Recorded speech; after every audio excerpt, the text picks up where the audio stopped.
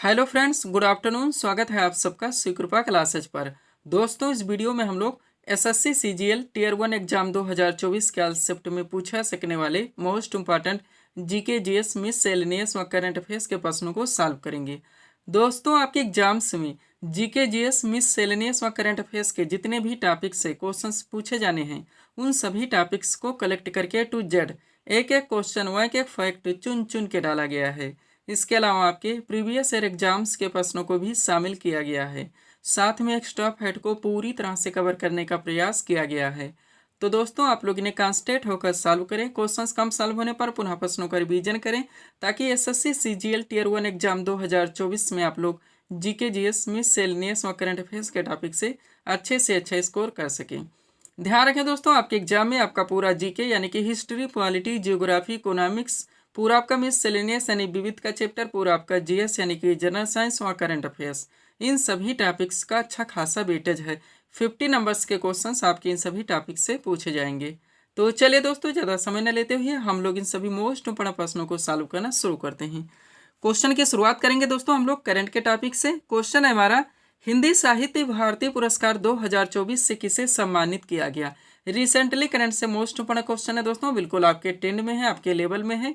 Question है हमारा, हिंदी साहित्य भारती पुरस्कार 2024 से किसे सम्मानित किया गया। करेक्ट आंसर होगा कृष्ण प्रकाश को। अब चूंकि दोस्तों रिसेंटली करंट से हमारा क्वेश्चन आया हुआ है, तो इस टॉपिक से जितने भी क्वेश्चंस बनते हैं, अधिकांश प्रश्नों को हम लोग यहीं पे कवर करेंगे। यही हमारे प्रिपरेशन की स्ट्रेटजी है दोस्तों, कि जिस भी टॉपिक्स को हम लोग उठाएंगे, उस टॉपिक्स के अधिकांश प्रश्नों को पूरे स्टॉप हेड के साथ वहीं पे कवर करेंगे। ध्यान दीजिएगा दोस्तों, आप लोग सारे क्वेश्चन सिलेक्ट रखे गए हैं। पहला क्वेश्चन है हमारा, कर्मचारी चयन आयोग यानी कि एसएससी के अध्यक्ष के रूप में किसे नियुक्त किया गया। करेक्ट आंसर होगा राकेश रंजन को। आपके हर टॉपिक से दोस्तों यहाँ पे सुपर क्वेश्चंस लगाए गए हैं, आप लोग सभी प्रश्नों को पूरी तरह से रिवाइज जरूर करेंगे। आगे बढ़ते हैं। क्वेश्चन है हमारा, अंतर्राष्ट्रीय सौर संगठन यानी कि आईएसए का 99वां सदस्य कौन सा देश बन गया है। तो स्पेन है। आगे बढ़ेंगे। क्वेश्चन है दोस्तों, 98वां ज्ञानपीठ पुरस्कार 2024 से किसे सम्मानित किया गया। तो गुलजार जगत गुरु रामभद्राचार्य को किया गया है। नेक्स्ट क्वेश्चन है आपका, 71वीं मिस वर्ल्ड 2024 का खिताब किसने जीता। तो क्रिस्टीना पिस्कोवा ने जीता है, जो कि चेक गणराज्य से आते हैं।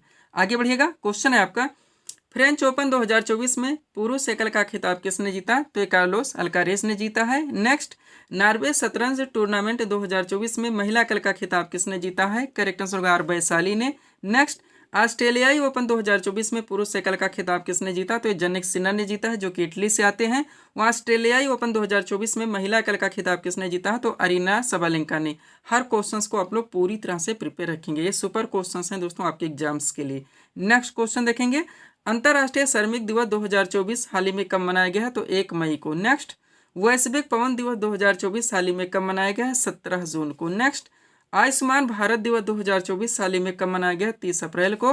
और विश्व प्रवासी पक्षी दिवस 2024 हाल ही में कब मनाया गया है। तो 11 मई को। हर क्वेश्चंस को आप लोग पूरी तरह से प्रिपेयर रखेंगे। आगे बढ़िएगा दोस्तों। क्वेश्चन है हमारा, पुलिस अनुसंधान व विकास ब्यूरो के नए महानिदेशक कौन बने हैं। तो राजीव शर्मा है। नेक्स्ट, केंद्रीय माध्यमिक शिक्षा बोर्ड यानी कि सीबीएसई के नए अध्यक्ष कौन बने हैं। करेक्ट आंसर होगा राहुल सिंह। अगला क्वेश्चन, इंडियन स्टील एसोसिएशन यानी कि आईएसए के नए अध्यक्ष कौन बने हैं। तो नवीन जिंदल हैं। और सीमा सुरक्षा बल यानी कि बीएसएफ की पहली महिला स्नाइपर कौन बनी है। करेक्ट आंसर होगा सुमन कुमारी। आगे बढ़िएगा। क्वेश्चन है आपका, 50वां G7 शिखर सम्मेलन 2024 कहाँ आयोजित किया गया। तो फसानो इटली में। एग्जैक्ट लोकेशन फसानो भी आप लोग ध्यान रखें, ताकि ऑप्शन में यही आए तो आपके क्वेश्चन मिस ना हो। नेक्स्ट, 33वां सरस्वती सम्मान 2023 से किसे सम्मानित किया गया। प्रभा वर्मा को किया गया है। नेक्स्ट, संघ लोक सेवा आयोग यानी कि यूपीएससी की नई अध्यक्ष कौन बनी है। तो प्रीति सूदन है। और महाराष्ट्र भूषण पुरस्कार 2024 से किसे सम्मानित किया गया।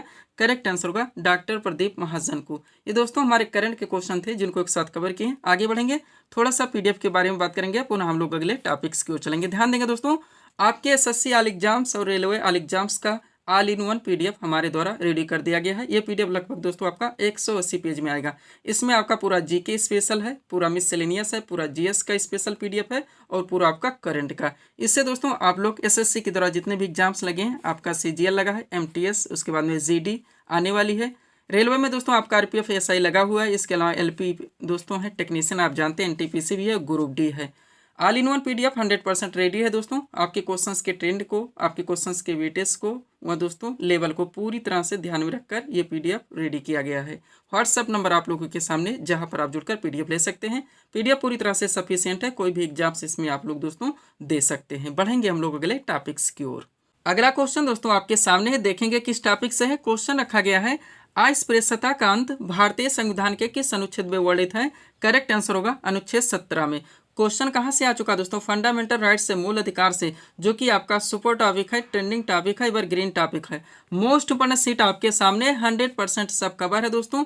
मूल अधिकार से जितने भी क्वेश्चंस बन सकते हैं, जितने भी फैक्ट बन सकते हैं, इसी में से आपके एग्जाम्स में क्वेश्चंस बनते रहते हैं और कंटिन्यू रिपीट होते रहते हैं। तो चलिए इस टॉपिक को हम लोग पूरी तरह से कवर करना शुरू करते हैं। क्वेश्चन था हमारा, अस्पृश्यता का अंत भारतीय संविधान के किस अनुच्छेद में वर्णित है। करेक्ट आंसर होगा अनुच्छेद 17 में। आप चलिए दोस्तों इस टॉपिक को A to Z हम लोग पूरी तरह से कंप्लीट करेंगे। ध्यान दीजिएगा आप लोग। पहला पॉइंट है दोस्तों, भारतीय संविधान में मूल अधिकारों का वर्णन संविधान के अनुच्छेद 12 से 35 तक है, जो कि संविधान का भाग 3 है। अगला पॉइंट, प्रारंभ में मूल अधिकारों की संख्या 7 थी, लेकिन 44वें संविधान संशोधन 1978 के द्वारा संपत्ति के अधिकार को मूल अधिकार से हटाकर एक विधिक अधिकार यानी कि एक कानूनी अधिकार बना दिया गया और अनुच्छेद 300 का में जोड़ दिया गया। तब से वर्तमान में टोटल मूल अधिकारों की संख्या 6 है। एक एक सेंटेंस से बहुत सारे फैक्ट निकलते हैं दोस्तों हमारे द्वारा, जो कि आपके एग्जाम में कंटिन्यू पूछे जाते हैं। तो आप लोग इसको पूरी तरह से रिवाइज रखेंगे, सब आपके PDF में पूरी तरह से मेंशन है। अब चलिए सबसे पहले उन 6 मूल अधिकारों को देखिए जहां से डायरेक्टली क्वेश्चन बनते हैं। पहला दोस्तों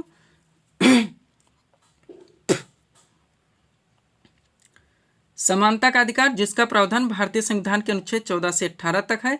दूसरा आता है आपका स्वतंत्रता का अधिकार, जिसका प्रावधान संविधान में अनुच्छेद 19 से लेकर 22 तक है। तीसरा है दोस्तों शोषण के विरुद्ध अधिकार, जिसका प्रावधान संविधान में अनुच्छेद 23 व 24 में है। चौथा है आपका धार्मिक स्वतंत्रता का अधिकार, जिसका प्रावधान भारतीय संविधान में अनुच्छेद 25 से 28 तक है। पांचवा है आपका संस्कृति एवं शिक्षा संबंधी अधिकार, जिसका प्रावधान संविधान के अनुच्छेद 29 व 30 में है। और छठा है आपका संवैधानिक उपचारों का अधिकार, जिसका प्रावधान भारतीय संविधान के अनुच्छेद 32 में। पूरी तरह से दोस्तों आप क्लियर रहेंगे। अभी आपका दोस्तों सुपर टॉपिक है, तो जितने भी फैक्ट क्वेश्चन बन सकते हैं हम लोग पूरी तरह से एक एक आर्टिकल को यहाँ पे कवर करेंगे। ध्यान देंगे आप लोग। पहला पॉइंट है, विधि के समक्ष समानता का अधिकार संविधान के किस अनुच्छेद में है, तो अनुच्छेद 14 में है। नेक्स्ट, अनुच्छेद 15 का संबंध किससे है। ध्यान दीजिएगा दोस्तों, कभी कभी क्या होता है आपके क्वेश्चन में डायरेक्टली दोस्तों कॉन्सेप्ट दिया जाता है और आपके ऑप्शन में दोस्तों आर्टिकल दिए जाते हैं और आपको आंसर देने होते हैं। जैसे कि हमारा पहला दोस्तों यहाँ पे पॉइंट है कि विधि के समक्ष समानता का अधिकार संविधान के किस अनुच्छेद में। करेक्ट आंसर होगा अनुच्छेद 14 में। कभी कभी दोस्तों क्वेश्चन के ट्रेंड को पलट दिया जाता है, आपके क्वेश्चन में आर्टिकल दिए जाते हैं, आपके ऑप्शन यानी विकल्प में कॉन्सेप्ट दिए जाते हैं और आपको आंसर देने होते हैं। जैसे कि पॉइंट नंबर 2 है हमारा कि अनुच्छेद 15 का संबंध किससे है। तो हर तरह से आप इसको पूरी तरह से रिवाइज रखेंगे।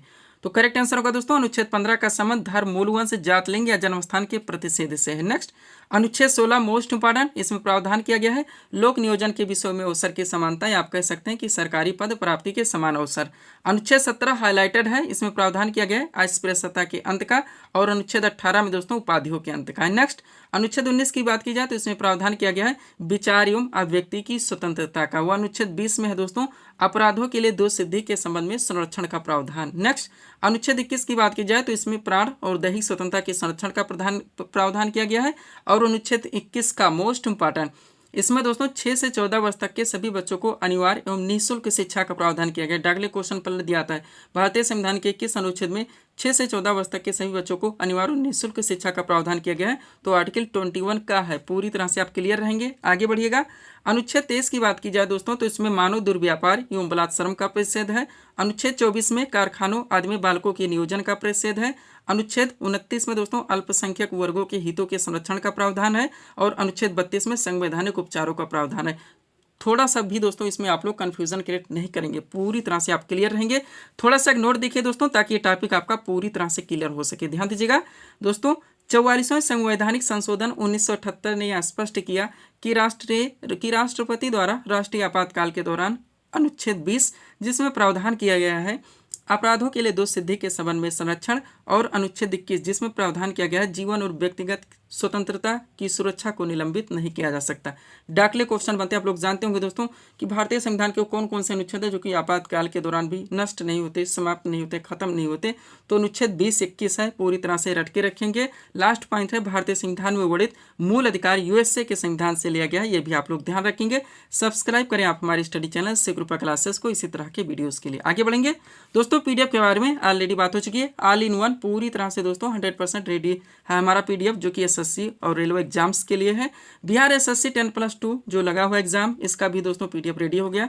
और यूपीएससी के तहत दोस्तों जो अनेक एग्जाम्स करवाए जाते हैं, इनका भी पीडीएफ हमारे द्वारा कंप्लीट कर दिया गया है। 100 रुपीज़ इसकी पेड फीस है। बढ़ेंगे हम लोग अगले दोस्तों टॉपिक्स की ओर। अगला क्वेश्चन है दोस्तों आपका, देवधर ट्रॉफी किस खेल से संबंधित है? करेक्ट आंसर होगा क्रिकेट से। टॉपिक है आपका प्रमुख राष्ट्रीय कप एवं ट्रॉफी। आप जानते हैं आपका सुपर टॉपिक है, आपके हर शिफ्ट में क्वेश्चन पूछे जाते हैं। खेलों से संबंधित बहुत सारी सीटें दोस्तों आपके पीडीएफ में लगाई गई हैं। तो चलिए इस टॉपिक को हम लोग पूरी तरह से कवर करते हैं। सीट आपके सामने 100% सब कवर है। शुरू करते हैं दोस्तों हम लोग। क्वेश्चन था हमारा, देवधर ट्रॉफी किस खेल से संबंधित है? करेक्ट आंसर होगा क्रिकेट से। टॉपिक था हमारा प्रमुख राष्ट्रीय कप एवं ट्रॉफियां। अब एक तरफ खेलों के नाम दिए गए हैं, दूसरी तरफ संबंधित कप एवं ट्रॉफियों के नाम दिए गए हैं। पूरी तरह से रिवाइज रखेंगे, आपका ट्रेंडिंग टॉपिक है, आपके हर शिफ्ट में क्वेश्चन पूछे जाते हैं। हॉकी से शुरू करेंगे दोस्तों, क्या है तो इससे संबंधित कप एवं ट्रॉफियां देखेंगे। तो आगा खा कप आपका मोस्ट इंपोर्टेंट रहेगा ही। इसके अलावा बेगम रसूल ट्रॉफी जो कि महिलाओं के द्वारा खेला जाता है। महाराजा रणजीत सिंह गोल्ड कप ध्यान रखिएगा। लेडी रतन टाटा ट्रॉफी जो कि महिलाओं का है। गुरु नानक चैंपियंस ट्रॉफी ये भी महिलाओं का है। ध्यानचंद ट्रॉफी, इसके अलावा Nehru trophy, Scindia gold cup और वेलिंगटन कप, इतने मोस्ट इंपॉर्टेंट हैं। सब कुछ पूरी तरह से आप ध्यान रखेंगे, इसलिए हम ऑप्शन नहीं रखते ताकि आपको कंफ्यूजन ना हो, टाइम टेकिंग ना हो। आगे बढ़िएगा। फुटबॉल से संबंधित कप एवं ट्रॉफियां देखेंगे दोस्तों। तो सबसे पहले डीसीएम ट्रॉफी, डूरंड कप आपका मोस्ट इंपॉर्टेंट रहता ही है। रोवर्स का मोस्ट इंपॉर्टेंट, बीसी राय ट्रॉफी जो कि राष्ट्रीय चैंपियनशिप है। संतोष ट्रॉफी हजारों बार पूछा गया, राष्ट्रीय चैंपियनशिप है। Subroto Mukherjee trophy, sir Ashutosh Mukherjee trophy, इतना इसमें रट के रखेंगे। क्रिकेट है संबंधित आप अधिकांश जानते होंगे। उसके अलावा रणजी ट्रॉफी राष्ट्रीय चैंपियनशिप है। ईरानी ट्रॉफी, सीके नायडू ट्रॉफी, रानी झांसी ट्रॉफी, देवधर ट्रॉफी, जी बिरला ट्रॉफी, ये भी आप लोग रट के रखेंगे। टेबल टेनिस से संबंधित तो दोस्तों बारना वेलेट कप जो कि पुरुषों के द्वारा खेला जाता है। जयलक्ष्मी कप महिलाओं का है। राजकुमारी चैलेंज कप दोस्तों जूनियर महिलाओं का है। रामानुज ट्रॉफी ये जूनियर पुरुष का है। किसी भी तरह से आप क्लियर रखेंगे। बैडमिंटन से संबंधित कप एवं ट्रॉफियां देखेंगे तो आपका नारंग कप, चड्ढा कप, अमृत दीवान कप। बास्केटबॉल से संबंधित देखेंगे दोस्तों तो नेहरू कप और फेडरेशन कप, जितने इंपॉर्टेंट हैं 100% सब कवर हैं। आगे आपका क्या लगा है दोस्तों? पोलो से संबंधित देखेंगे तो एजरा कप हो गया, पृथ्वीपाल सिंह कप हो गया और राधा मोहन कप हो गया।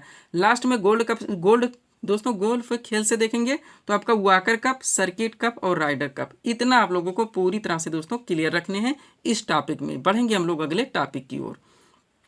अगला टॉपिक आपका क्या है दोस्तों? क्वेश्चन रखा गया है वॉलीबॉल के प्रत्येक पक्ष में कितने खिलाड़ी होते हैं? 6 खिलाड़ी होते हैं। आपका इजी से टॉपिक है दोस्तों, लेकिन डायरेक्टली क्वेश्चन बनते हैं आपके हर शिफ्ट में, आप जानते हैं। टॉपिक का नाम है आपके विभिन्न खेलों में प्रत्येक पक्ष के खिलाड़ियों की कुल संख्या। मोस्ट इम्पोर्टेंट सीट आपके सामने, सब कुछ पूरी तरह से कवर है। चलिए 1 मिनट में इसको रिवाइज कर लेते हैं। क्वेश्चन था हमारा वॉलीबॉल के प्रत्येक पक्ष में कितने खिलाड़ी होते हैं? करेक्ट आंसर होगा 6 खिलाड़ी। टॉपिक था हमारा विभिन्न खेलों में प्रत्येक पक्ष के खिलाड़ियों की कुल संख्या। एक तरफ खेलों के नाम है, दूसरी तरफ खिलाड़ियों की संख्या। रग्बी फुटबॉल की बात की जाए तो टोटल 15 खिलाड़ी एक पक्ष में। क्रिकेट, हॉकी और फुटबॉल तीनों के साथ देखेंगे 11 खिलाड़ी होते हैं। बेसबॉल और खो खो में 9 खिलाड़ी होते हैं। जिम्नास्टिक में दोस्तों 8 खिलाड़ी होते हैं। आगे बढ़ेंगे हम लोग। अगला क्या है आपका दोस्तों? वाटर पोलो और कबड्डी दोनों के साथ देखेंगे 7 खिलाड़ी होते हैं। वॉलीबॉल में 6 खिलाड़ी होते हैं। बास्केटबॉल में 5 खिलाड़ी होते हैं। पोलो में दोस्तों 4 खिलाड़ी होते हैं। लाल टेनिस, बैडमिंटन और टेबल टेनिस इसमें 1 या 2 खिलाड़ी होते हैं। यहाँ तक आपको इसमें पूरी तरह से क्लियर रखने हैं। बढ़ेंगे अगले क्वेश्चन की ओर। क्वेश्चन क्या है आपका? भारतीय संविधान में वर्णित समवर्ती सूची की प्रेरणा किस देश के संविधान से ली गई? करेक्ट आंसर होगा ऑस्ट्रेलिया से। क्वेश्चन कहां से आ चुका दोस्तों? कौन सा टॉपिक हमारा? भारतीय संविधान के विदेशी स्रोत डाकले क्वेश्चन बनते हैं दोस्तों। आपका सुपर टॉपिक आप जानते हैं कि मूल अधिकार कहां से लिया गया है, मूल कर्तव्य कहां से लिया गया, राजकीय नीति निर्देशक तत्व कहां से लिया गया, संघीय व्यवस्था कहां से ली गई, संसदीय शासन प्रणाली कहां से ली गई है, समवर्ती सूची कहां से ली गई। तो जितने मोस्ट इंपॉर्टेंट हैं सब पूरी तरह से स्मार्ट स्ट्रेटजी के जरिए आपके सामने सीट लगा दी गई है। सब कुछ पूरी तरह से कवर है। आप जब चाहें दोस्तों 2 मिनट में इसको रिवाइज कर सकते हैं। चलिए शुरू करते हैं हम लोग। क्वेश्चन था हमारा भारतीय संविधान में वर्णित समवर्ती सूची की प्रेरणा किस देश के संविधान से लेंगे? करेक्ट आंसर होगा ऑस्ट्रेलिया से। टॉपिक हमारा भारतीय संविधान के विदेशी स्रोत। शुरू करते हैं हम लोग ब्रिटेन के संविधान से। तो यहाँ से देखेंगे दोस्तों, सबसे पहले संसदीय शासन पद्धति मोस्ट इंपॉर्टेंट, विधि का शासन, मंत्रिमंडलीय प्रणाली, एकल नागरिकता आपका सुपर पॉइंट रहता ही है, द्विसदनीय प्रणाली, विधायी प्रक्रिया और संसदीय विशेषाधिकार, परमाधिकार लेख। ये इतने उपबंध दोस्तों ब्रिटेन के संविधान से ले गए हैं। कोई कंफ्यूजन नहीं होनी चाहिए, इसलिए दोस्तों हम ऑप्शन से नहीं पढ़ाते, क्योंकि हम जानते हैं सारी चीजें ऑप्शन से कभी क्लियर नहीं हो सकती। आगे बढ़ेगा अमेरिका के संविधान से। तो उद्देश्य का विचार मोस्ट इंपॉर्टेंट, न्यायिक पुनर्विलोकन, न्यायपालिका की स्वतंत्रता, मूल अधिकार आपका सुपर रहेगा ही, उपराष्ट्रपति का पद, राष्ट्रपति पर महाभियोग और उच्चतम न्यायालय तथा उच्च न्यायालय के न्यायाधीशों को हटाए जाने के उपबंध। ये इतने प्रावधान अमेरिका के संविधान से लिए गए हैं। पूरी तरह से आप क्लियर रहेंगे। आगे बढ़ेगा आयरलैंड के संविधान से देखेंगे दोस्तों, तो सबसे पहले नीति निर्देशक तत्व यानी कि डीपीएसपी आपका मोस्ट इंपॉर्टेंट रहेगा ही। राष्ट्रपति की निर्वाचन पद्धति हो गया, राज्यसभा में कुछ सदस्यों का नामांकन। ये प्रावधान आयरलैंड के संविधान से लिए गए हैं। कनाडा के संविधान से देखेंगे तो सशक्त केंद्र के साथ संघीय व्यवस्थाएं, डाकली इतना ही दे दिया था संघीय व्यवस्था, राष्ट्रपति द्वारा राज्यपालों की नियुक्ति, उच्चतम न्यायालय का परामर्शी न्याय निर्णयन, अवशिष्ट शक्तियों का केंद्र में निहित होना। ये प्रावधान कनाडा के संविधान से लिए गए हैं। ऑस्ट्रेलिया के संविधान से देखेंगे तो संसद के दोनों सदनों की संयुक्त बैठक, उद्देशिका की भाषा, व्यापार वाणिज्य और समागम की स्वतंत्रता तथा समवर्ती सूची आपका सुपर रहेगा। ये प्रावधान ऑस्ट्रेलिया के संविधान से लिए गए। जापान से एक प्रावधान, विधि द्वारा स्थापित प्रक्रिया, पूरी तरह से आप क्लियर रहेंगे। और क्या क्या है दोस्तों इसमें? दक्षिण अफ्रीका के संविधान से देखेंगे तो संविधान संशोधन की व्यवस्था तथा राज्यसभा के सदस्यों का निर्वाचन। ये प्रावधान दक्षिण अफ्रीका के संविधान से लिए गए हैं। और रूस यानी पूर्व सोवियत संघ के संविधान से देखेंगे तो मूल कर्तव्य आपका सुपर पॉइंट। उसके अलावा दोस्तों प्रस्तावना में जो शब्द जोड़े गए, सामाजिक शब्द है, आर्थिक एवं राजनीतिक, ये प्रावधान या उपबंध दोस्तों रूस यानी पूर्व सोवियत संघ के संविधान से ले गए हैं। पूरी तरह से आप क्लियर रहेंगे। पीडीएफ के लिए व्हाट्सएप नंबर है। चलेंगे हम लोग अगले टॉपिक्स की ओर। अगला क्वेश्चन दोस्तों हमारे सामने है, देखेंगे किस टॉपिक से है। क्वेश्चन रखा गया है, भरतनाट्यम किस राज्य का शास्त्रीय नृत्य है? करेक्ट आंसर होगा तमिलनाडु का। क्वेश्चन कहाँ से आ चुका दोस्तों? हमारा जो टॉपिक है शास्त्रीय नृत्य, क्लासिकल डांस, जो कि हमारा ट्रेंडिंग टॉपिक है, सुपर टॉपिक है, एवरग्रीन टॉपिक है। आपके हर शिफ्ट में दोस्तों किसी न किसी ट्रेंड से 2 से 3 क्वेश्चन तक पूछे जाते हैं। मोस्ट इंपॉर्टेंट सीट आपके सामने है, 100% सब कवर है। जितने भी क्वेश्चन, जितने भी फैक्ट निकल सकते हैं पूरी तरह से दोस्तों कंप्लीट कर लिए गए हैं। अगर इस सीट को आप लोग पूरी तरह से रिवाइज रखते हैं तो किसी भी ट्रेंड से आपके एग्जाम में क्लासिकल डांस यानी शास्त्रीय नृत्य से क्वेश्चंस पूछे जाते हैं।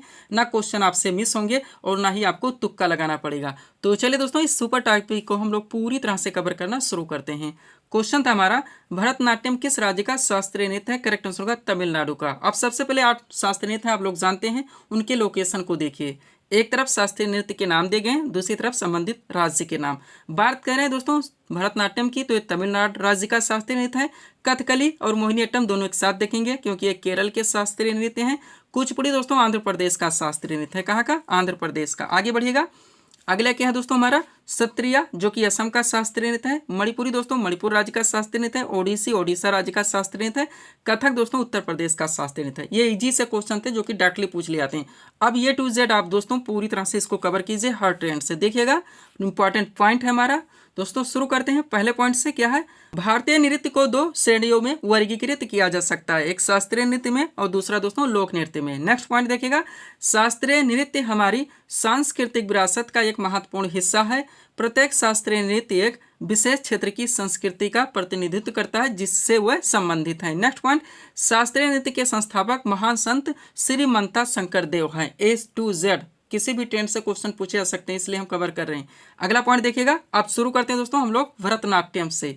पहला पॉइंट है, भारत का सबसे पुराना शास्त्रीय नृत्य कौन सा है? तो भरतनाट्यम है। नेक्स्ट, भारतीय शास्त्रीय नृत्य की सबसे प्राचीन शैली कौन सी है? तो भरतनाट्यम ही होगा, क्योंकि सबसे पुरानी यही है। नेक्स्ट, किस शास्त्रीय नृत्य को भारत के अन्य शास्त्रीय नृत्यों की जननी माना जाता है? तो भी भरतनाट्यम ही होगा, ध्यान रखेंगे। अब भरतनाट्यम से जुड़े कलाकार आप देख लीजिए। सबसे पहले महिला कलाकार देखेंगे तो यामिनी कृष्णमूर्ति हैं, मालविका सरकार हैं, मृणालिनी साराभाई हैं, मीनाक्षी सुंदरम पिल्लई हैं, बाला सरस्वती हैं, रुक्मणी देवी अरुणडेल हैं, अलरवेल वल्ली हैं, पद्मा सुब्रमण्यम हैं, विजंती माला हैं और लीला सैमसन है। एक एक नाम आप रट के रखेंगे, इसलिए हम ऑप्शन यानी विकल्प से नहीं पढ़ाते, क्योंकि ये कभी क्लियर नहीं हो पाएंगी।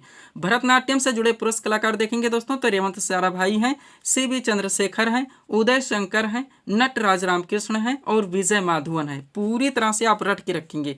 आगे बढ़ते हैं दोस्तों, अगला हमारा शास्त्रीय नृत्य क्या है दोस्तों? तो देखेंगे कथकली। अब चलिए कथकली को पूरी तरह से आप कवर कीजिए। पहला क्वेश्चन जो यहाँ से बनता है, कथकली किस राज्य का शास्त्रीय नृत्य है? तो ये केरल का है। अब देखिए नेक्स्ट क्वेश्चन यहाँ से, किस शास्त्रीय नृत्य में मुखौटे का प्रयोग किया था? तो कथकली हजारों बार पूछा गया है। अब कथकली नृत्य से जुड़े कलाकार देखेंगे तो शांता राव हैं, उदय शंकर हैं, आनंद शिवरामन है, गोपीनाथ हैं, रागिनी देवी है, कृष्णन कुट्टी है, माधवन आनंद है और गुरु गोपाल शंकर है। इतने नाम आप रट के रखेंगे। अगला आपका कथक है, यहाँ से क्या क्या फैक्ट बनता है देखेंगे दोस्तों। जयपुर घराना, लखनऊ घराना और वाराणसी घराना किस नृत्य शैली के मुख्य घराने? तो कथक के, एक साथ शब्द दे दिया गया है।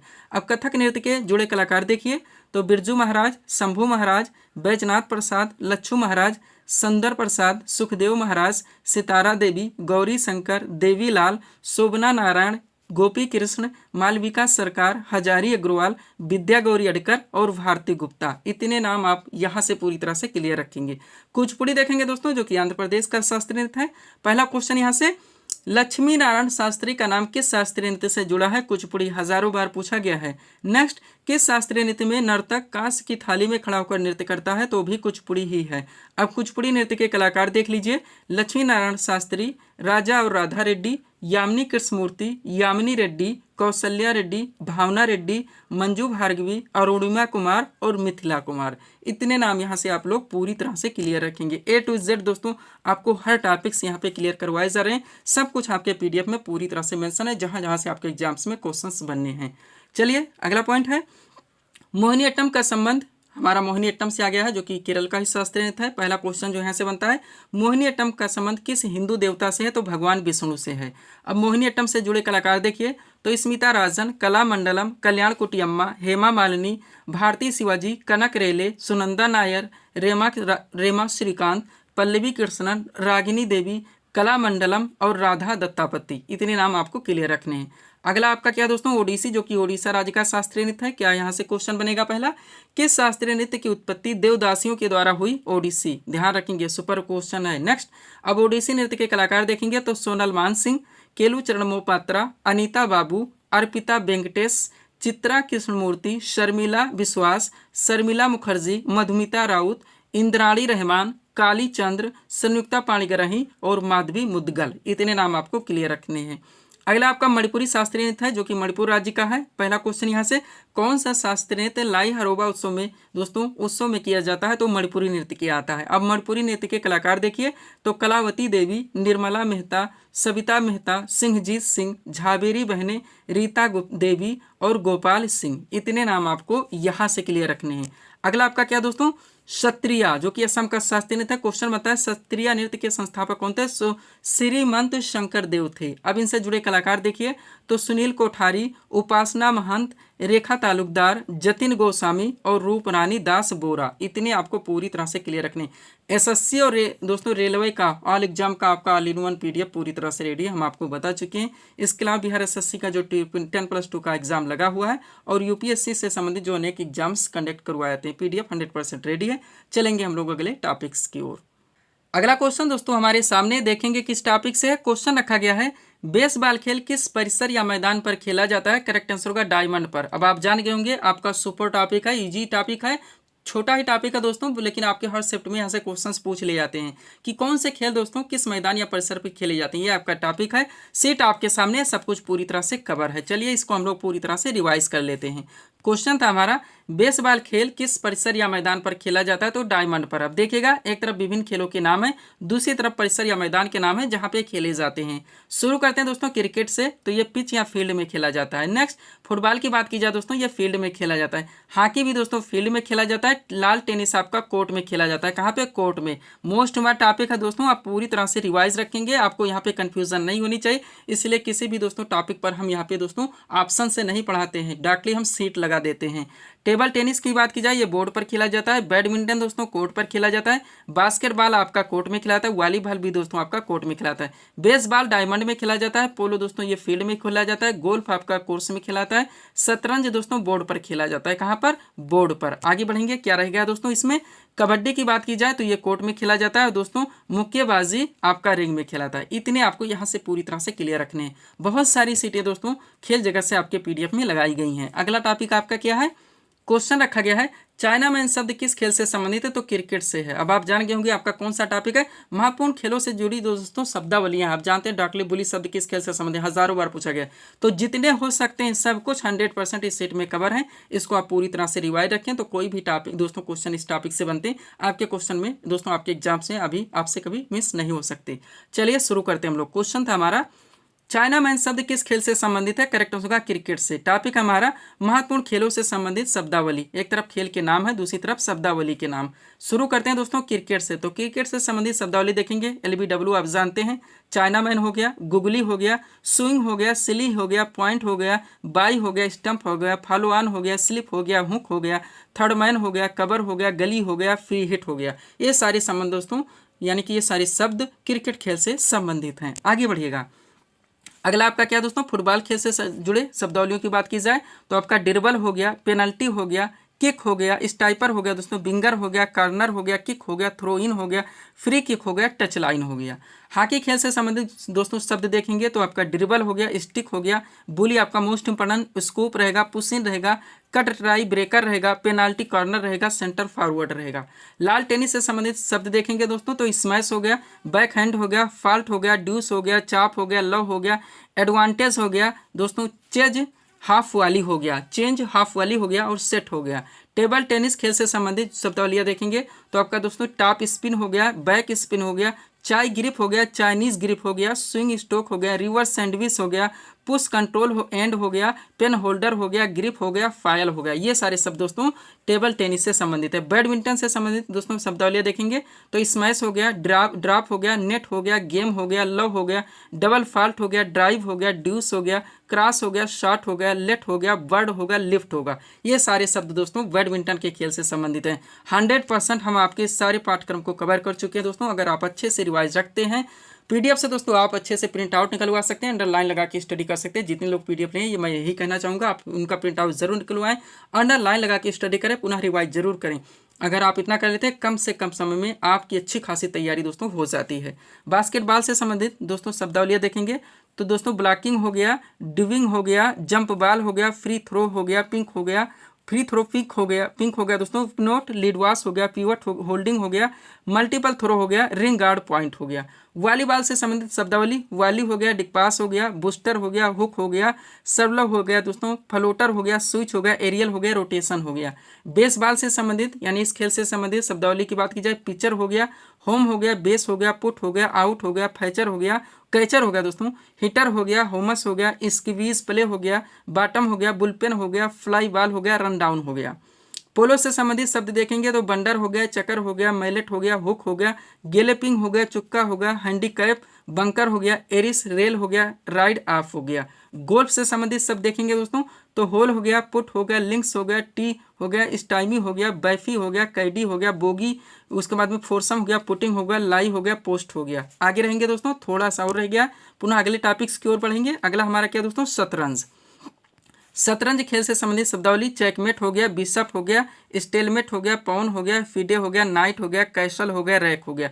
कबड्डी संबंधित खेल के शब्द देखेंगे वर्क लाइन हो गया, मार्च लाइन हो गया, लाबी हो गया, बैटिंग हो गया, ब्लॉक हो गया, रेडर हो गया। लास्ट में आपका मुक्केबाजी ब्लॉक हो गया, बलो हो गया, बाउंस हो गया, पंच मोस्ट मार रहता है ये, जैब हो गया, पंच बैग हो गया, जैब रीप हो गया, कवर आउट कवर अप हो गया, बाउट हो गया, बैक पैडल हो गया, राइट क्रॉस हो गया। ये सारे शब्द दोस्तों मुक्केबाजी में प्रयुक्त किए जाते हैं। पूरी तरह से उम्मीद करते हैं दोस्तों आप इसको क्लियर कर लेंगे ताकि कोई भी क्वेश्चन आपके इस टॉपिक से मिस ना हो। व्हाट्सएप दोस्तों लगा हुआ हमारा PDF के लिए।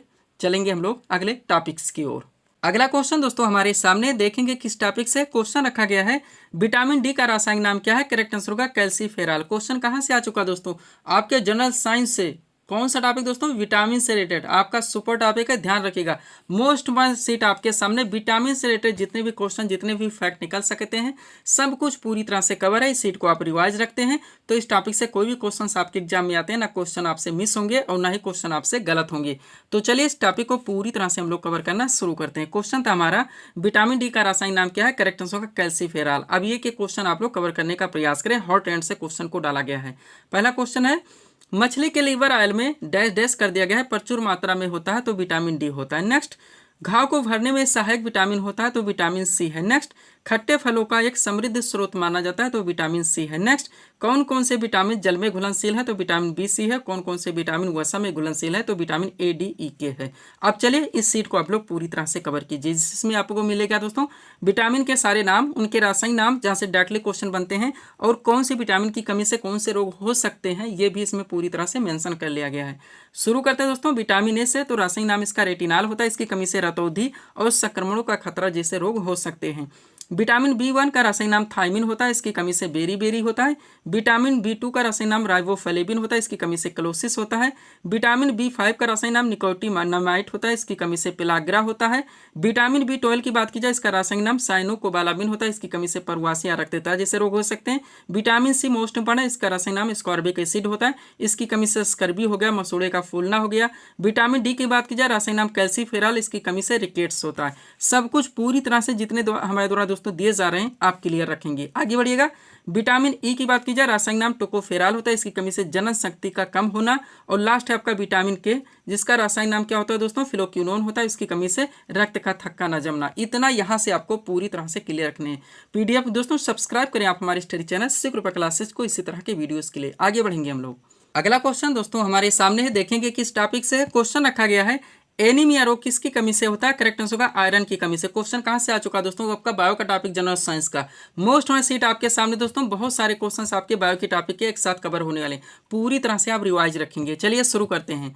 क्वेश्चन था हमारा, एनीमिया रोग किसकी कमी से होता है? करेक्ट आंसर होगा आयरन की कमी से। अब ये क्वेश्चन आप लोग कॉन्सेंट्रेट होकर देखेंगे। पहला है, टिक्का रोग किस फसल से संबंधित है? तो मूंगफली से। नेक्स्ट, रेड रॉट रोग किस फसल से संबंधित है? तो गन्ना से है। अगला है, अंगूर लता किस फसल की प्रजाति है? तो टमाटर की है। और कुफरी चमत्कार किस फसल की प्रमुख प्रजाति है? तो ये आलू की है। आगे बढ़ेगा। भारत में सबसे ज्यादा उत्पादन किस फसल का होता है? तो धान का होता है। नेक्स्ट, भारत में धान की खेती यानी चावल की खेती सबसे अधिक किस राज्य में होती है? पश्चिम बंगाल में।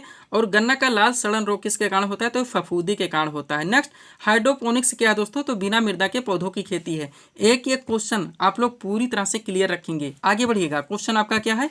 फूल गोभी यानी कि कॉलीफ्लावर का कौन सा भाग खाया जाता है? तो पुष्पक्रम है। नेक्स्ट, ट्रक फार्मिंग क्या है दोस्तों? तो व्यापारिक स्तर पर सब्जियों की खेती है। नेक्स्ट, पकने पर टमाटर का रंग किसकी उपस्थिति के कारण लाल हो जाता है? तो लाइकोपिन के। और नारियल का खाने योग्य भाग होता है तो भ्रूणपोष है। नेक्स्ट, लीची फल का खाने योग्य भाग होता है वो एरिल है। और नाशपाती यानी पियर का कौन सा भाग खाया था? तो गूदेदार पुष्पासन है। नेक्स्ट, पौधे के किस भाग से काफी प्राप्त होती है? बीजों से। और किनोन प्राप्त होता है दोस्तों सिनकोना की छाल से। एक एक क्वेश्चन सुपर हो सकते हैं आपके एग्जाम के लिए। आगे बढ़िएगा। क्वेश्चन है आपका, दालचीनी पेड़ के किस भाग से प्राप्त होती है? छाल से। तारपीन का तेल प्राप्त किया जाता है चीड़ से। अफीम पौधे के किस भाग से प्राप्त होती है? फूल से। और पौधे में वाष्पोत्सर्जन की क्रिया किस में होती है? तो पत्तियों से। नेक्स्ट, प्राकृतिक वर्ण का सिद्धांत का प्रतिपादन किसने किया था? डार्विन ने। वंशागत के नियमों के अध्ययन को क्या कहते हैं? आनुवंशिकी। जनसंख्या का अध्ययन क्या कहलाता है? डेमोग्राफी। और विकास का सिद्धांत किसके द्वारा दिया गया था? तो चार्ल्स डार्विन के द्वारा। नेक्स्ट, रेबीज के टीके की खोज किसने की थी? लुई पास्चर ने। नेचुरल सिलेक्शन का सिद्धांत किसने दिया था? चार्ल्स डार्विन ने।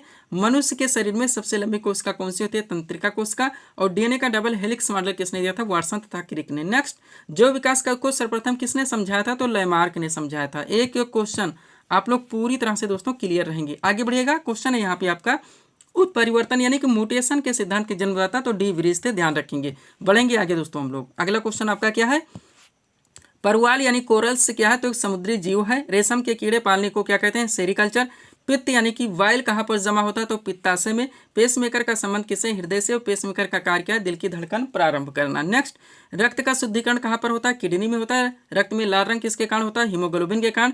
शरीर में हीमोग्लोबिन का कार्य क्या है? ऑक्सीजन का परिवहन करना। मानव शरीर में लाल रक्त कण का निर्माण कहाँ होता है? अस्थिमज्जा में। नेक्स्ट, सफेद रक्त कण यानी कि WBC का मुख्य कार्य है रोग प्रतिरोधक क्षमता धारण करना। पूरी तरह से आप रिवाइज रखेंगे। नेक्स्ट, कौन सा रक्त हुआ सर्वग्राही? आप लोग जानते होंगे ए बी है। कौन सा रक्त हुआ शब्ददाता? वो ओ है। सेरेब्रम किससे संबंधित है? मस्तिष्क से। और एलिसा परीक्षण किस रोग की पहचान के लिए की जाती है? तो एड्स की। ध्यान रखेंगे। आगे बढ़िएगा। अगला क्वेश्चन आपका क्या लगा है दोस्तों? जीन शब्द का सर्वप्रथम प्रयोग किसने किया था? जोहानसन ने। आलू का खाने योग्य भाग कौन सा होता है? तना है। हाइड्रोफोबिया रोग किसके द्वारा उत्पन्न होता है? तो इसका वाहक विषाणु है। डायनासोर थे मेसोजोइक सरीसृप। एनीमिया रोग किसकी कमी से होता है? तो आयरन की कमी से। वायु प्रदूषण में सर्वाधिक हानिकारक गैस वो कार्बन मोनोऑक्साइड है। और पीलिया रोग से शरीर का कौन सा अंग प्रभावित होता है? तो यकृत है। पूरी तरह से आपको अपडेट रखने हैं। तो ये थे दोस्तों इस सीरीज के हमारे टॉप MCQs के प्रश्न। जिनको यहाँ पे हम लोगों ने सॉल्व किए हैं। उम्मीद है दोस्तों आप सभी लोगों ने सॉल्व किए होंगे और देखे होंगे कि यहाँ से आपके कितने क्वेश्चन सही हो रहे हैं। तो दोस्तों इसी तरह के वीडियोस के लिए आप हमारे स्टडी चैनल शिवकृपा क्लासेस से जुड़े, चैनल को सब्सक्राइब करें ताकि हमारे द्वारा दी जाने वाली सभी वीडियोस आप क्रम से सबसे पहले देख सकें। तो मिलते हैं दोस्तों हम नेक्स्ट वीडियोस में। Thanks for watching.